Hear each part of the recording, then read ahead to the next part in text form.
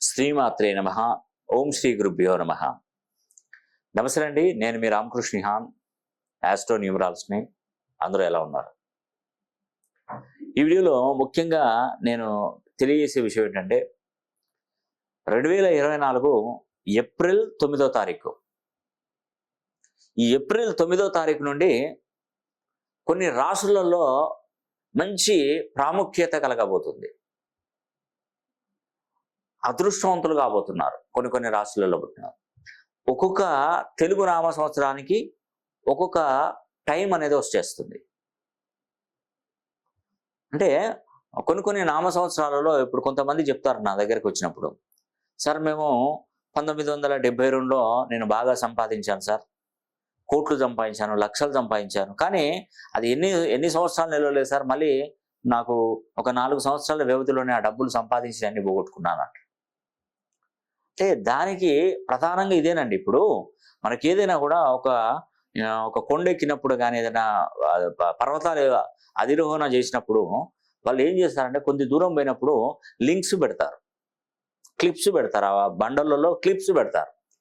అంటే ఒకవేళ మనం జారి కింద పడినా కూడా ఇది కాపాడుతుంది అని మనం ముందస్తు జాగ్రత్తగా క్లిప్స్ పెట్టి పైకి ఎక్కుతూ ఉంటారు. అవి మళ్ళీ తీసుకుంటే ఇంకోడ పెట్టడం అట్లా ఎక్కుతుంటారు. దానివల్ల ఏంటంటే ముప్పు తప్పుతుంది. ఒక 80, 60, 70% అయినా మనం ప్రాణాల నుండి మనం కాపాడుకోగలుగుతాం. అంటే కొంతమంది ఏం చేస్తారంటే వ్యాపారాలు చేస్తారు, బాగా సంపాదిస్తారు, ఏదో రూపంలో ఆ డబ్బంతా కూడా మళ్ళీ డైవర్ట్ అయిపోతూనే ఉంటుంది, నిలబడదు. కష్టపడి సంపాదించడం, ఒక చోట నుండి వెళ్ళిపోవడం ముందస్తుగా. అందుకే నేను చెప్పాను, చాలా మందికి చెప్తూనే ఉంటాను, మీరు ఈ రోజు కోట్లు సంపాదించారు, లక్షలు సంపాదించారని మురిసిపోవద్దు. అది శాశ్వతం కాదు. దాన్ని ప్రణాళికాబద్ధంగా ఏంటంటే దాన్ని కాపాడడం నేర్చుకోవాలి. మనం సంపాదిస్తాం, మన పిల్లోడు ఖర్చు పెట్టేస్తాడు. నేను ఇదివరకు కూడా ఒక వీడియోలో చెప్పాను, ఒక పిల్లోడిని తల్లిదండ్రులు ఏం చేశారంటే వేరే విదేశాలకు పంపించారు. వాడికి డాక్టర్ సీటు కావాలని చెప్పేసి ఇక్కడ దొరకకపోతే అక్కడికి పంపించారు. అదేంటి ఫిలిప్పీన్స్ ఏదో పంపించారు. ఆ ఫిలిప్పీన్స్ పంపించినప్పుడు ఆ పిల్లవాడు ఏం చేశాడంటే ఫస్ట్ ఇయర్లో వెళ్ళాడు. వెళ్ళిన తర్వాత వాడు ఏంటంటే సెకండ్ ఇయర్లో ఫ్రెండ్స్ అలవాటు పడిపోయింది మనకి. ఫస్ట్ ఇయర్ కొంచెం భయంగా ఏం కొత్తగా తెలియదు కదా, వాడు ఎటు పోవడం రావడం కొంచెం ఇబ్బంది.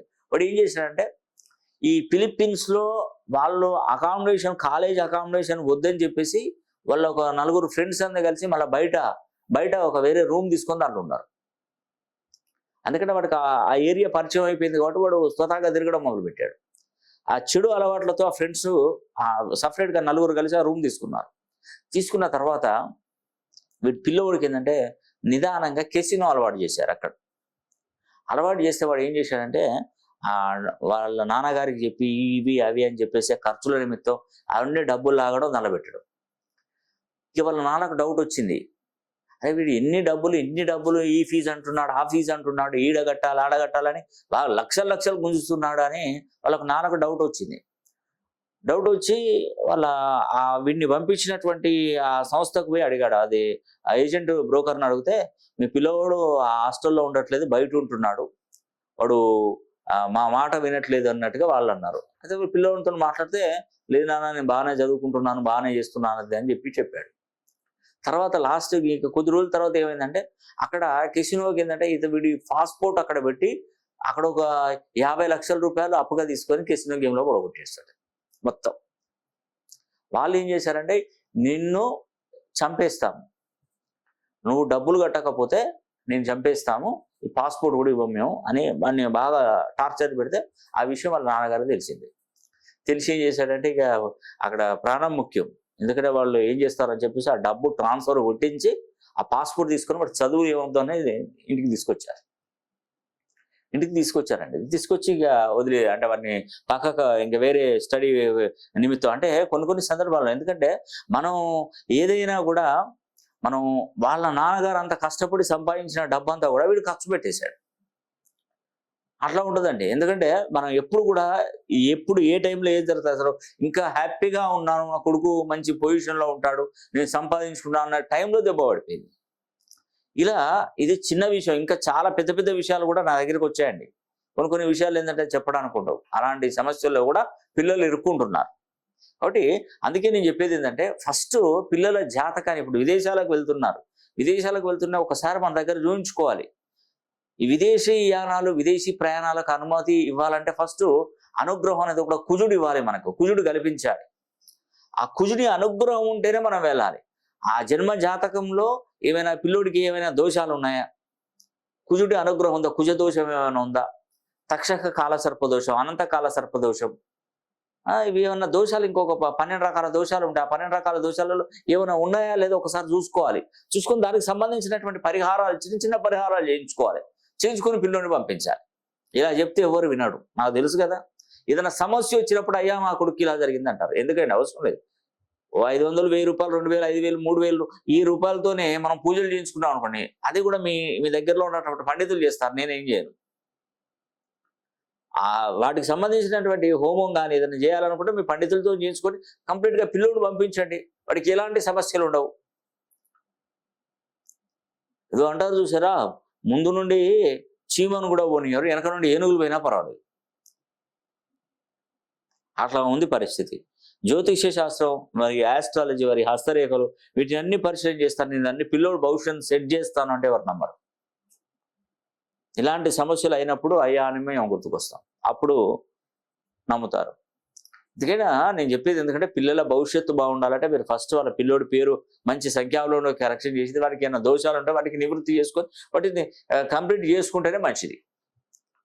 అది తర్వాత నేను చెప్పేది ఏంటంటే, ఈ ఉగాది నుండి నేను చెప్తున్నటువంటి రాశులైనటువంటి కర్కాటక రాశి, మీన రాశి, కన్యా రాశి, వృషభ రాశి, వీరు ఒక రేంజ్కి ఎదగబోతున్నారు. అంటే ఉద్యోగ ప్రాప్తి అనేది కూడా దొరుకుతుంది వీరికి. ఉద్యోగంలో ప్రమోషన్స్ వస్తాయి, ట్రాన్స్ఫర్స్, వీళ్ళకి అనుకూలమైనటువంటి ట్రాన్స్ఫర్స్ వస్తాయి.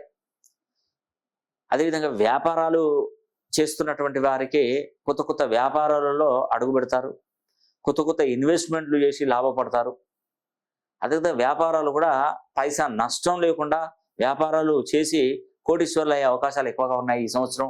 క్రోధినామ సంవత్సరం, స్వస్తిశ్రీ. ఈ క్రోధినామ సంవత్సరం కూడా చాలా అద్భుతమైనటువంటి నామ సంవత్సరం అండి. ఈ సంవత్సరంలో రాజుగా కుజుడు బాధ్యతలు స్వీకరిస్తున్నాడు. అదేవిధంగా మంత్రిగా, సైన్యాధ్యక్షుడిగా, ఆర్గాధిపతిగా, మేఘాధిపతిగా మరి శనీశ్వరుడు ఉన్నాడు.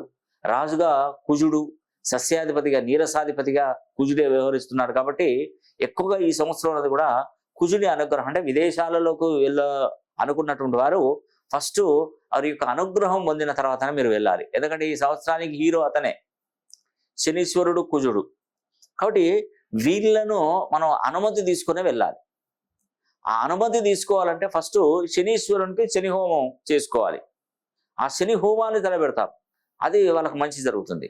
ఆ శని హోమం ఒకవేళ మీరు చేయించుకోవాలనుకుంటే మనకు మే 4వ తారీఖున మరి ఆ రోజు శనివారం రోజున నేను శని హోమం అనేది కూడా జరిపిస్తున్నాను. శనివారం రోజున అది ఉత్తరాభాద్ర నక్షత్రయుక్తంగా శనివారం రోజు శని హోమం అనేది కూడా నేను మొదలు పెట్టబోతున్నాను. ఎవరైనా కూడా దేశ విదేశాలలో ఉన్నప్పటికీ ఆ శని హోమం జరిపించుకోండి, మంచి మేలు జరుగుతుంది. అది మీకు చాలా ఉపయోగం. ఎందుకంటే మకర రాశి నుండి కుంభరాశిలోకి శనీశ్వరుడు వెళ్ళిన తర్వాత శనీశ్వరుడు కుంభరాశిలో ఉన్నప్పుడు ఈ హోమం జరిపించుకోవడం ద్వారా, అది లాభస్థానంలో జరిపించుకోవడం ద్వారా మీకు శని రాబోయే 30 సంవత్సరాలు శని పీడలన్నీ కూడా తొలగిపోయి మీరు తప్పకుండా మేలు జరుగుతుంది మీకు. కాబట్టి నేను చెప్పేది ఏంటంటే, శని హోమాన్ని జరిపించుకున్నటువంటి ప్రతి ఒక్కరు కూడా అదృష్టవంతులే. ఇది మళ్ళీ మనం చేసుకున్నామన్నా మళ్ళీ మనకు రాదు శని హోమం. ఎందుకంటే శని కుంభరాశిలో ఉన్నప్పుడు మాత్రమే శని హోమం జరిపించుకోవాలి. శని కుంభరాశి నుండి బయటికి వెళ్ళిపోయాడు, ఇంకా మనం హోమం చేయడానికి అవకాశం అనేది ఇంకా ఉండదు, ఎట్టి పరిస్థితుల్లో ఉండదు. ఏం చేసినా కొద్ది రోజులు మాత్రమే, కొన్ని నెలలు మాత్రమే. ఇంకా ఆ దాటిందంటే ఇక మనం ఏ హోమం చేయడానికి శనీశ్వరుని అనుగ్రహం, అంటే గేట్లు మూసుకొని పోతాయి కాబట్టి ఇంకా వేరే ఏది అవకాశం ఉండదు. కాబట్టి ఈ ఉగాది నుండి నేను చెప్పబోతున్నటువంటి రాశులైనటువంటి కర్కాటక రాశి, మీన రాశి, కన్యా రాశి, వృషభ రాశుల వారికి అదృష్ట యోగం పట్టబోతుంది. కర్కాటక రాశి వారికి ఈ సంవత్సరం క్రోధినామ సంవత్సరం, స్వస్తిశ్రీ క్రోధినామ సంవత్సరంలో ఆదాయం 14, వ్యయం 2, రాజపూజ్యం 6, అవమానం 6గా ఉంది. మీనరాశి వారికి ఆదాయం 11, వ్యయం 5, రాజపూజ్యం 2, అవమానం 4గా ఉంది. అదేవిధంగా కన్యారాశి వారికి ఆదాయం 5, వ్యయం 5, రాజపూజ్యం 5, అవమానం 2గా ఉంది. అదేవిధంగా వృషభ రాశి వారికి ఆదాయం 2, వ్యయం 8, రాజపూజ్యం 7, అవమానం 3గా ఉంది. సో నేను చెప్పినటువంటి ఈ 4 రాశులలో జన్మించినటువంటి వారు వీలైతే ఒక్కసారి 270 degrees నుండి 360 degrees మధ్యలో మీ పేరును మార్చుకునే ప్రయత్నం చేయండి. తప్పకుండా మీకు మంచి జరుగుతుంది. ఈ ఉగాది నుండి తప్పకుండా ఈ 4 రాశులు దుమ్ము రేపబోతున్నారు, అదృష్టవంతులుగా అవబోతున్నారు. ఈ అవకాశాన్ని ప్రతి ఒక్కరూ సద్వినియోగం చేసుకోవాలని కూడా మనస్ఫూర్తిగా కోరుకుంటూ సెలవు తీసుకుంటున్నాను. సర్వే జనా సుఖినో భవంతు.